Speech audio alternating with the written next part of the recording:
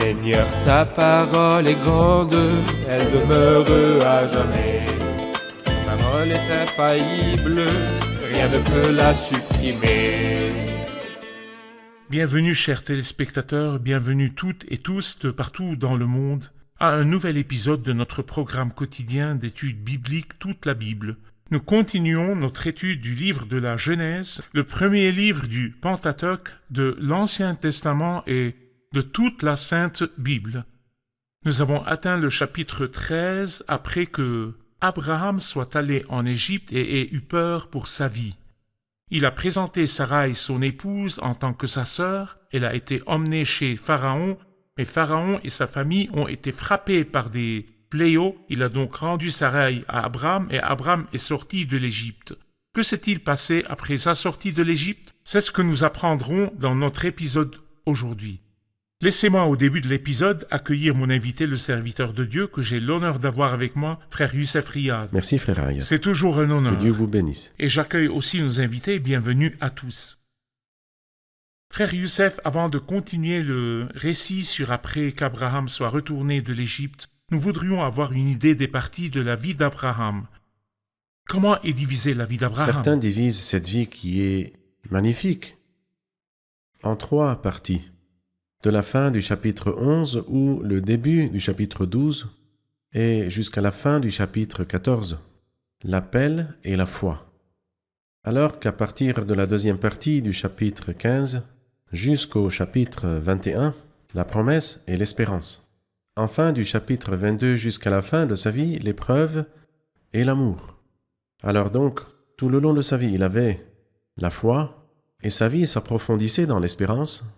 Et puis sa vie s'élevait dans l'amour. Telle était la vie d'Abraham, qui le caractérisait et qui le distinguait de tous les hommes de Dieu. Donc ces 3 étaient apparentes dans la vie d'Abraham, Oui. La foi, l'espérance et Et l'amour, c'est vrai. Permettez-moi de lire quelques versets du chapitre 13 et Allez-y. je reviendrai à vous avec une question. Lisons les versets 1 à 4. Abraham remonta d'Égypte vers le Negev avec sa femme et tout ce qui lui appartenait. Lot était avec lui. Abraham était très riche en troupeaux, en argent et en or.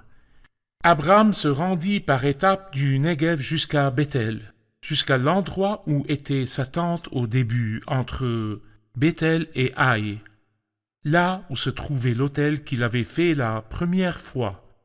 Là, Abraham fit appel au nom de l'Éternel. Abraham est remonté d'Égypte. Ce n'était pas lui seul, mais aussi sa femme et tout ce qui lui appartenait, et Lot était avec lui aussi vers le sud. Que voyez-vous dans le fait qu'Abraham est remonté du point de vue de la fidélité de Dieu? Qui rétablit l'âme? Je veux dire, David, dans le psaume 23, le psaume le plus célèbre, il dit à propos du Seigneur, « Il me redonne des forces, il me conduit dans les sentiers de la justice, à cause de son nom. Je sais comment descendre en Égypte, ça ne me demande pas beaucoup de savoir-faire. Si je m'abandonne simplement à la gravité, je descendrai vers le bas. Alors que pour monter, une autre fois. » Et ici, il utilise une très belle phrase, jusqu'à l'endroit où se trouvait sa tente, au début, rien de moins. Par cela, je veux dire, je retourne à l'endroit où la déviation est arrivée. Cela nécessite la fidélité Une de Dieu. attraction plus forte. Oui, le ministère de la restauration, le ministère du berger, qui me redonne des forces, il me conduit dans les sentiers de la justice, à cause de son Cette nom. restauration est bien sûr, quand nous parlons maintenant de l'Égypte et du retour de l'Égypte et du niveau élevé et du niveau abaissé, je veux dire, ne comprenez pas mal, nous ne parlons pas des nations, Non. mais nous parlons spirituellement. Oui. L'Égypte était pour Abraham un déclin. C'est vrai. Donc le Seigneur l'a rétabli de ce déclin à l'endroit où sa tente était au début. Maintenant, en ce qui concerne la restauration de l'homme, pourquoi le Seigneur devrait-il restaurer l'âme du croyant? Plusieurs diraient, chacun fait ses propres choix, même si c'est un croyant qui a choisi. Le Seigneur dirait, je te laisserai faire tes propres choix, et cela mènerait le croyant à sa destruction. Est-ce possible que Dieu cause la perte de l'un d'entre eux sans le rétablir, parce que cette personne a choisi son chemin jusqu'à ce qu'il périsse? Ce genre de pensée est conforme à celle des scribes et des pharisiens au temps de Jésus. Et ils l'ont critiqué. Pourquoi mange-t-il avec les pécheurs et les accepte-t-il? Alors le Christ leur dit 3 merveilleuses paraboles dans Luc 15. La première de ces 3 paraboles était celle du berger qui avait 100 moutons. S'il perd l'un d'entre eux, que ferait-il? le berger supposé humain, que ferait-il? Ça va, j'ai 99 autres, je le laisserai tomber. Est-ce qu'il y a un berger qui ferait ceci? Absolument Impossible. Il cherchera sans cesse son mouton perdu jusqu'à ce qu'il le trouve. L'un des merveilleux noms du Christ est le berger, ou le grand berger des brebis. Je dis que s'il existerait un berger, et même s'il était comme Jacob, le berger respectable, mais il dit quand je perdais un mouton de temps en temps, je le ramenais toujours et le plus tôt, Laban. Y a-t-il une possibilité que le Christ perde un mouton? Pas du tout. Même David n'acceptait pas que cela arrive. Quand un lion et un ours ont attaqué une brebis, il a risqué sa vie et il a risqué la mort pour sauver la brebis. C'est la fidélité du berger et le Christ est le berger. Et puis Dieu est le Père. Et est-ce qu'un père pourrait abandonner son fils? Je veux dire, que ressentirait le père si son fils est parti et ne retournait pas? Dit-il, ça va, j'en ai un autre? Non. Ne chercherait-il pas diligemment? C'est ainsi notre relation avec Dieu. Exactement. Ceci est notre relation avec Dieu. La Bible dit de chacun des enfants de Dieu, je leur donne la vie éternelle et ils c'est ne vrai. périront Jamais. jamais. Il me redonne des forces. Me conduit. Il me conduit dans les sentiers de la justice à cause de son nom. Oui. Abraham est remonté d'Égypte. Mais vous avez parlé dans le dernier épisode de 2 problèmes qu'Abraham a ramenés d'Égypte après être remonté d'Égypte. Il a ramené les richesses que Pharaon lui a données et a ramené Agar avec lui. Comment ces 2 choses ont-elles causé des problèmes dans la vie d'Abraham après cela? Alors, dans notre chapitre, nous verrons comment les nombreuses bonnes choses d'Abraham et de Lot ont causé des conflits et des disputes entre les bergers des troupeaux d'Abraham et ceux des troupeaux de Lot, et cela a mené à « Sépare-toi de moi et laisse-moi seul. Si tu vas à gauche, j'irai à droite. Si tu vas à droite, j'irai à gauche. » Dans le chapitre 16, nous verrons une seconde tentation. Et c'est lorsque Sarai a dit à son mari Abraham, « Rentre chez ma servante, peut-être Avec Agar. aurai-je d'elle des enfants. » Bien sûr, c'est un manque de foi de la part de Sarai et de Abraham. Et les deux ont payé le prix. Bien sûr, pas en même temps, mais Sarah immédiatement. Quand elle est devenue enceinte, Agar l'a regardée avec mépris. Mais pour Abraham, ça a pris de longues années, mais il a payé le prix. Lorsque le Seigneur a ordonné à Abraham de faire ce que dit Sarah et de chasser cet esclave et son fils. Bien sûr, en ce temps, Ismaël avait grandi, et certainement Abraham Était attaché l'aimait, à lui. n'est-ce pas? Mais l'ordre est venu, et comme si il récoltait, même après toutes ces longues années, l'amertume de la descente en Égypte. Donc toujours nos mauvaises décisions ont Oui. des conséquences C'est vrai, tôt ou tard. c'est vrai. Tôt ou tard. Oui, tôt vrai. ou tard. Cela veut dire que ce soit proche ou dans l'avenir, il y a des bien sûr, conséquences. elle vient. La Bible nous dit faites attention. Oui, Ne vous y trompez pas, on ne se moque pas de Dieu. Ce qu'un homme aura Il semé, il récoltera le aussi. récoltera. Exact. Laissez-moi lire le verset 5. Lot, qui voyageait avec Abraham, avait aussi des brebis, des bœufs et des tentes. Et la région ne suffisait pas pour qu'ils habitent ensemble. Avant d'arriver aux disputes, la phrase Lot qui voyageait avec Abraham. Que veut-elle dire quand nous parlons de la direction? alors, bien sûr, Lot était un croyant et était juste, et c'est d'après la 2e épître de Pierre, chapitre 2. Et s'il a délivré Lot le juste, qui était attristé de la conduite immorale de ces hommes débauchés. Mais bien qu'il était juste, il avait un problème, un défaut, et c'était très clair dans le chapitre où nous sommes. Il a appris de Abel, mais il n'a pas appris de Enoch. Il a appris d'Abel que pour avoir une relation avec Dieu, il doit y avoir un sacrifice. Et il est certain que Lot croyait en cette relation divine et certainement il était uni avec Dieu car il était juste. Exactement. Mais il n'a pas appris de l'exemple d'Enoch qui a marché avec Dieu. Nous ne lisons dans aucune partie de la parole de Dieu que Lot a marché avec Dieu. Oui. Mais Lot était avec Abraham. En fait, Abraham était un homme respectable. Si je marche avec lui, c'est une bénédiction, c'est vrai, mais suivre Dieu nécessite de suivre personnellement le Seigneur. D'avoir une relation avec la tête directement. Exactement.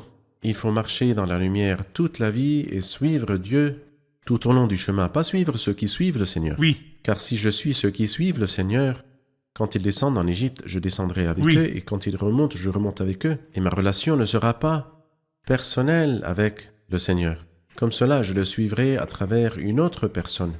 Et peut-être qu'il y a un très grand nombre de chrétiens qui font cela. Mais j'avertis tous les enfants de Dieu. Oui, vous pouvez être chrétien et suivre quelqu'un. Mais si vraiment vous voulez être des fils de Dieu avec une relation véritable avec Dieu, ne marchez pas avec ceux qui marchent avec le Seigneur, mais marchez avec le Seigneur, vous, personnellement. Mais bien sûr, ce n'est pas un problème. Si vous êtes compagnon de tous ceux qui craignent Dieu et qui suivent ses commandements. Quelqu'un a dit « Dieu a beaucoup d'enfants, mais pas de petits-enfants ». C'est vrai. Il y a une relation entre tous les enfants de Dieu et Dieu. C'est vrai. Mais ce n'est pas bien pour un croyant d'avoir une relation seulement avec un autre et de le suivre car il ne suivrait Dieu qu'indirectement. Quand nous suivons indirectement, cela mènerait à une déviation de la part de tous ceux qui suivent d'autres. La différence ici est comme la différence entre Caleb et Pierre dans son erreur. Pierre a suivi Dieu de loin, alors que Caleb a suivi le Seigneur son Dieu de près. Merci, nous ferons une pause et puis reviendrons pour une question.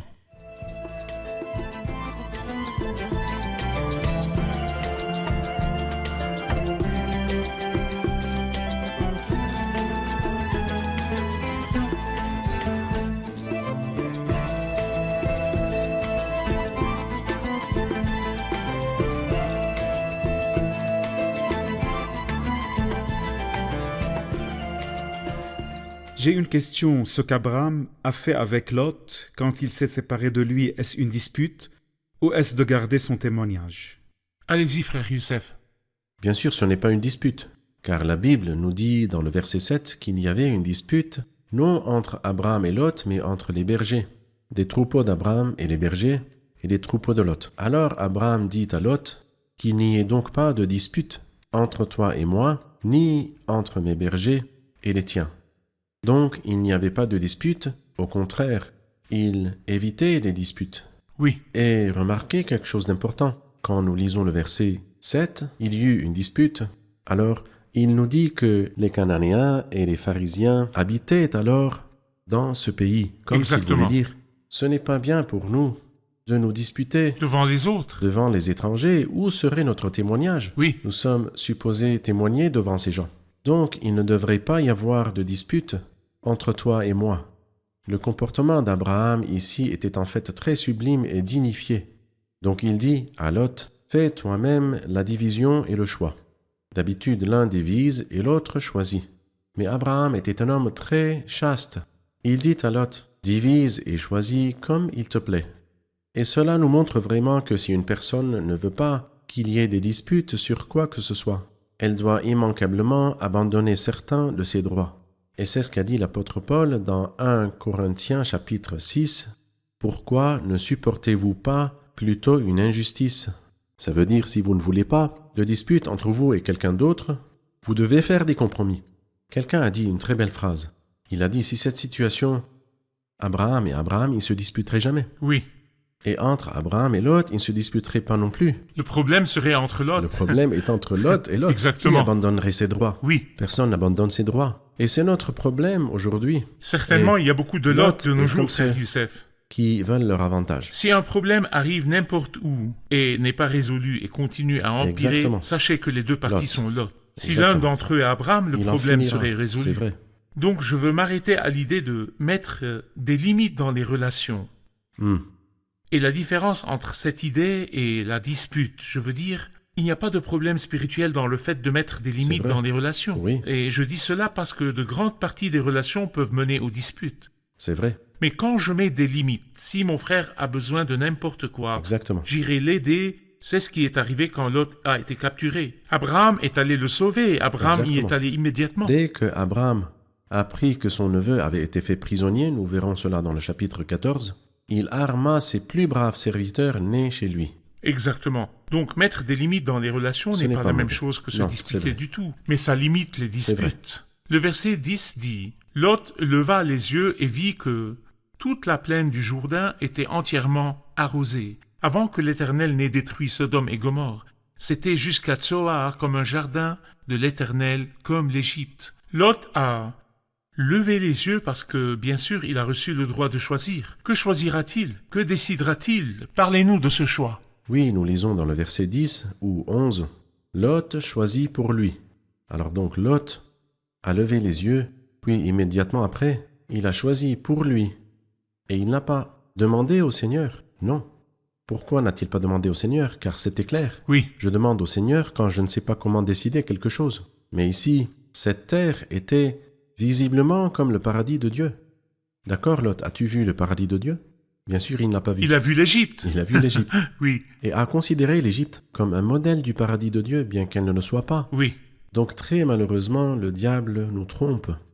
Satan nous trompe. Il trompe notre conscience. Satan trompe nos yeux. Oui, C'est pour cela que plusieurs des enfants bien-aimés de Dieu lèvent les yeux et regardent et choisissent pour eux-mêmes.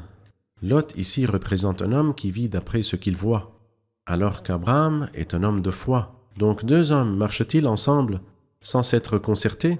Comment un homme de foi marcherait-il avec un homme qui ne marche que d'après ce qu'il voit? C'est impossible. Donc c'était sage de la part d'Abraham de dire « Sépare-toi de moi. c'est vrai. Tout le pays n'est-il pas devant toi?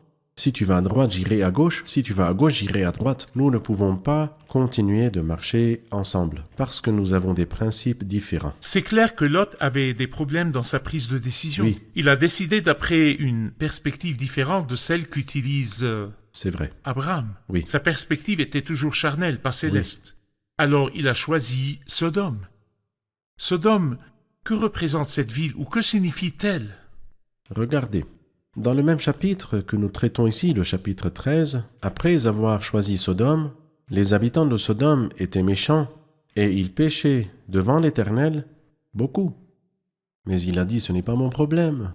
Il voulait peut-être les aider à s'améliorer. Non, il ne voulait pas les aider J'irai à changer leur s'améliorer. façon de vivre. Non, il ne s'occupait pas de cela. Il ne s'occupait pas de ces petites choses. J'irai travailler et faire du commerce.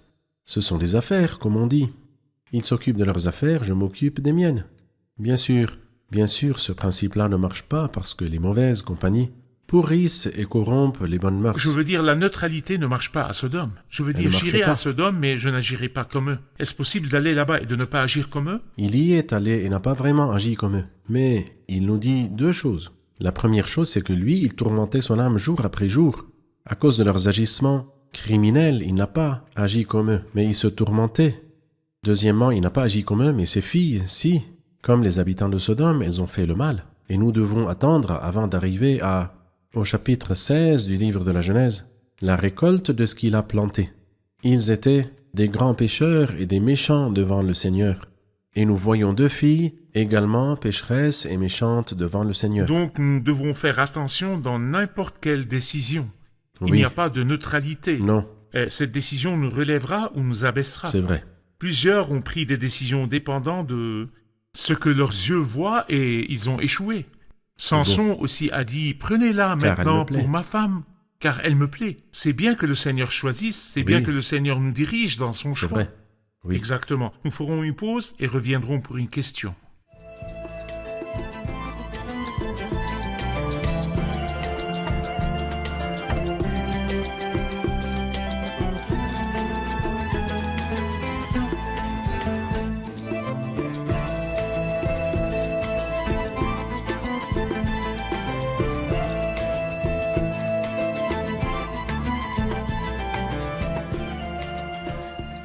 Dans le verset 14, l'Éternel dit à Abraham, après que Lot se fut séparé de lui, « Lève les yeux et de l'endroit où tu es, regarde vers le nord et le sud, vers l'est et l'ouest. » Ma question est, pourquoi le Seigneur est-il apparu à Abraham, spécialement en ce temps après que Lot se soit séparé de lui?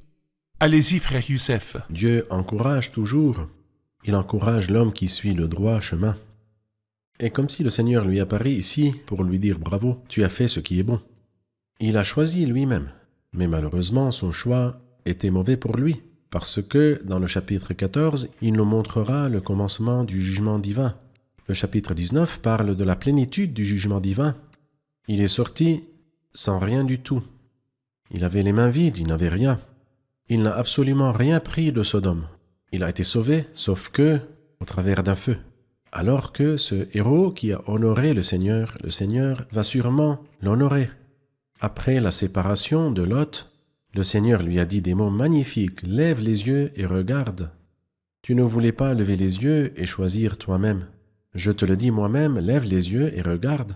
Regarde de l'endroit où tu es, vers le nord, le sud, vers l'est, vers l'ouest. Tout ce pays que tu vois, je te le donnerai, ainsi qu'à ta descendance. Abraham ne possédait même pas un pied de cette terre. Mais le Seigneur lui a promis de la donner à ses descendants. Et certainement le Seigneur est fidèle dans toutes ses promesses. Exactement, exactement. Le Seigneur voulait l'encourager Oui, et le récompenser. c'est vrai. Mais frère Youssef, moi je veux m'arrêter à Sodome elle-même. Sûrement Lot a vu dans Sodome quelque chose d'impressionnant. Il l'a vu comme le paradis de Dieu, comme l'Égypte. Y a-t-il des points de vue différents à propos de Sodome que nous voyons dans la Bible? Alors nous avons au moins 4 points de vue, de 4 personnes différentes. Un du point de vue de Lot qui est un croyant charnel, et du point de vue des visiteurs du ciel qui sont apparus à Abraham dans le chapitre 18. Et ceci nous montre l'image du ciel sur Sodome. Ensuite, de la perspective de la femme de Lot, elle a regardé Sodome. Elle n'est en fait pas croyante du tout. Enfin, de la perspective de l'homme en communion avec Dieu, l'homme de foi, qui est Abraham, dans Genèse 19. Alors voici ces 4 points de vue. Nous voyons le point de vue de Lot dans notre chapitre, quand l'Écriture nous dit « Lot leva les yeux et vit que toute la plaine du Jourdain, toute la plaine était arrosée. » Peu importe donc si les gens là étaient des pécheurs ou pas des pécheurs, ou bien si cet endroit glorifiait Dieu ou non, était-il bien pour mon propre intérêt? Il était bien, parce qu'elle était bien arrosée et de bon pâturage pour les troupeaux. Le deuxième point de vue, nous le voyons dans le chapitre 18, verset 16, quand la Bible nous dit « Ces hommes se levèrent pour partir ».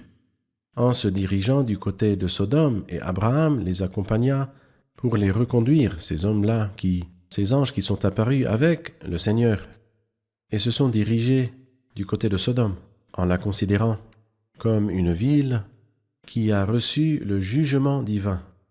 Quand nous arrivons au chapitre 19, nous voyons 2 points de vue. Le point de vue de la femme méchante, qui est en fait la femme de Lot. Elle a regardé en arrière et s'est transformée en colonne de sel. Et d'ailleurs, elle est la seule femme dans la Bible entière dont nous nous et dont rappelons. Dieu nous a dit de nous rappeler. Il voulait nous dire qu'elle vivait avec un croyant et n'a pas bénéficié de cela. Elle est sortie de la ville de la destruction et n'est pas arrivée au port du salut. Donc rappelez-vous de la femme de Lot. Et finalement, nous lisons dans le verset 29. Dans le verset 27. Abraham se leva de bon matin pour aller à l'endroit où il s'était tenu devant l'Éternel. Il porta ses regards du côté de Sodome et Gomorrhe, et sur tout le territoire de la plaine du Jourdain. Oui, Et il vit monter de la terre une fumée, pareille à celle d'un fourneau. Certains commentateurs ont trouvé un lien entre ce point de vue d'Abraham, comme il était à un endroit élevé et regardait la fumée de Sodome. Ils ont lié cela à l'Église dans l'Apocalypse, quand elle était à un endroit élevé et regardait le monde C'est entier vrai. en train de brûler, comme résultat du mal. Parce que le monde d'aujourd'hui n'est pas en aucun cas meilleur que le monde qui était au temps de Lot et de Sodome et Gomorrhe. exactement, merci. L'une des récompenses que le Seigneur donnera à son serviteur Abraham quand il lui a dit, Oui. dans le verset 16, « Je rendrai ta descendance pareille à la poussière de la terre ». Oui, Et nous le voyons aussi dans le chapitre 15 quand il lui dit « Regarde vers le ciel et Oui. compte les étoiles, si tu peux les compter ». Telle sera ta descendance. Dans le chapitre 22, nous savons qu'elle sera pareille au sable vrai. au bord de la mer. La partie qui se rapporte à la descendance d'Abraham, comparable à la terre, les étoiles dans le ciel et le sable au bord de la mer. Voyez-vous quelque chose dans ceci? la poussière de la terre et la descendance charnelle qui sont les Juifs. Ils sont comparés à la terre et la descendance biologique, la poussière de la terre. Les étoiles du ciel, descendance spirituelle, car Abraham est le père de tous les croyants. Donc la descendance spirituelle est comme les étoiles dans le ciel, le sable qui est au bord de la mer. La mer représente les nations et les grains de sable sont très nombreux. Il nous parle d'un nombre que absolument personne ne peut compter, de toute tribu, nation, peuple et langue. Donc Abraham est le père de tous les croyants, qu'ils soient de l'Église, ou bien des Juifs, ou bien des nations. Et voici les 3 divisions entre lesquelles Dieu a distingué. Dans 1 Corinthiens 10, il a dit « Ne soyez une cause de faux pas, ni pour les Juifs, ni pour les non-Juifs, ni pour l'Église de Et Dieu. » donc l'Église et les étoiles dans le ciel. Oui. Mais sur terre, il y a 2 cercles qui sont les Juifs et les nations. Elles sont la dispensation du royaume millénaire C'est vrai. ou les brebis et les plus petits Exactement. de ceux-ci. Exactement. Merci, nous avons atteint Dieu la vous fin de bénisse. cet épisode. Dieu vous bénisse. Qu'avons-nous appris de cet épisode? Nous avons appris que Lot a appris d'Abel à propos du sacrifice, car il est dit que Lot était juste. Mais il n'a pas appris d'Enoch comment marcher avec Dieu. Nous lisons toujours qu'il marchait avec Abraham. Cela nous enseigne que nous devons suivre le Seigneur de près comme l'a fait Caleb. Nous avons appris de Genèse 13 que le Seigneur restaure Abraham. Le Seigneur n'abandonne jamais ses enfants. Il me redonne des forces et me conduit dans les sentiers de la justice à cause de son nom. La vue est contraire à la foi. Sans la foi, impossible de plaire à Dieu. Exactement. Merci et Que merci Dieu à vous vous, frère bénisse. Youssef. Chers téléspectateurs, je vous donne les avertissements que la Bible nous donne concernant Lot et Sodome. Comment Lot voyait-il Sodome? La Bible dit toute la plaine du Jourdain était entièrement arrosée avant que l'Éternel n'ait détruit Sodome et Gomorrhe. La terre de Sodome et Gomorrhe était condamnée à la ruine. Le ciel l'avait condamnée à la destruction à cause de son mal, mais elle était attrayante aux yeux de cet homme, Lot. Il regardait de ses yeux charnels. La Bible nous dit que ce monde en entier est aussi condamné à la destruction, mais il captive les yeux des croyants. Nous devons regarder le monde de ce point de vue.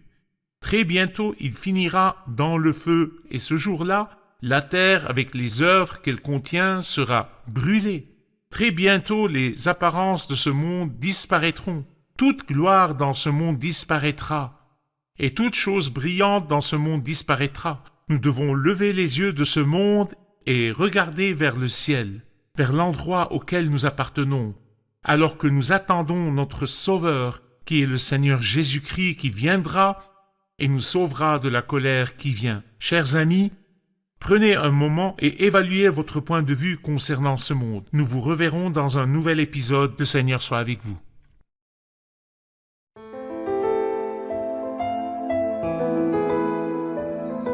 Seigneur, ta parole est grande, elle demeure à jamais. Ta parole est infaillible, rien ne peut la supprimer.